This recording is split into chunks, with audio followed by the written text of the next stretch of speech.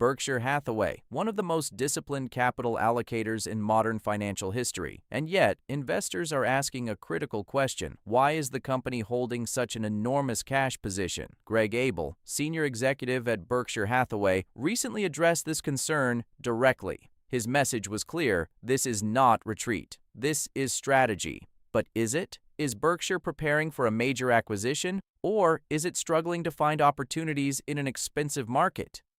Today, we break this down through the lens of balance sheet structure, capital allocation discipline, interest rate dynamics, and M&A market conditions. Let's start with the balance sheet. Berkshire Hathaway's cash and cash equivalents have reached historically elevated levels in recent reporting periods. That matters for several reasons. Large-scale acquisitions have been limited. Share repurchases have slowed.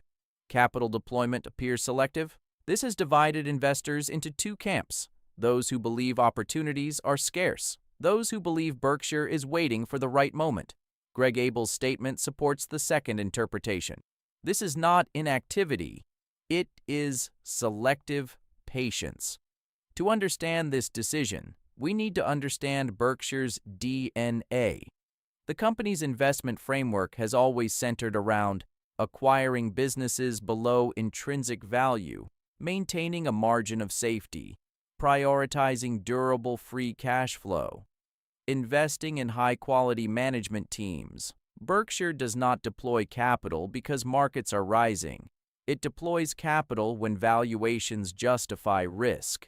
In finance, this is often referred to as maintaining dry powder, uncommitted capital ready to be deployed when asymmetry appears. Cash in this context is not idle. It is optionality, and optionality is strategic power. There is another critical macro factor at play: interest rates. Historically, holding large cash balances carried an opportunity cost. Returns on short-term instruments were minimal. That is no longer the case. With elevated U.S. Treasury yields, short-duration government securities now generate meaningful income. This transforms the equation. Cash is no longer a drag on returns. It can be a yield-generating asset. For Berkshire, this means liquidity is preserved, risk is minimized, income continues to accumulate. In other words, waiting is no longer expensive. Now, let's examine acquisition dynamics. Over the past several years, corporate valuations have expanded. Private equity competition intensified. Strategic buyers bid aggressively. This environment compresses expected returns. Berkshire historically avoids bidding wars. It prefers negotiated transactions at rational valuations. When asset prices are inflated, Berkshire waits. When liquidity tightens and valuations compress, Berkshire acts. Financial crises create forced sellers. Forced sellers create discounted assets.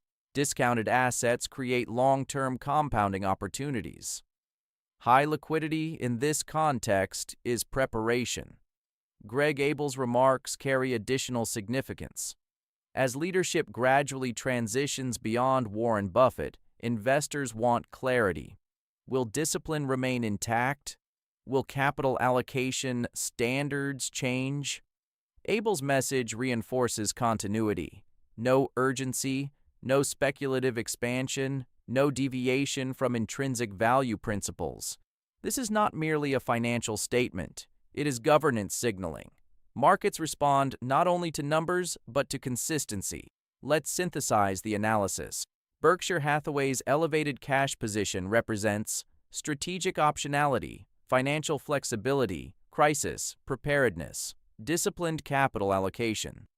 It does not represent fear, it represents patience, and patience, when combined with liquidity, can become a competitive advantage.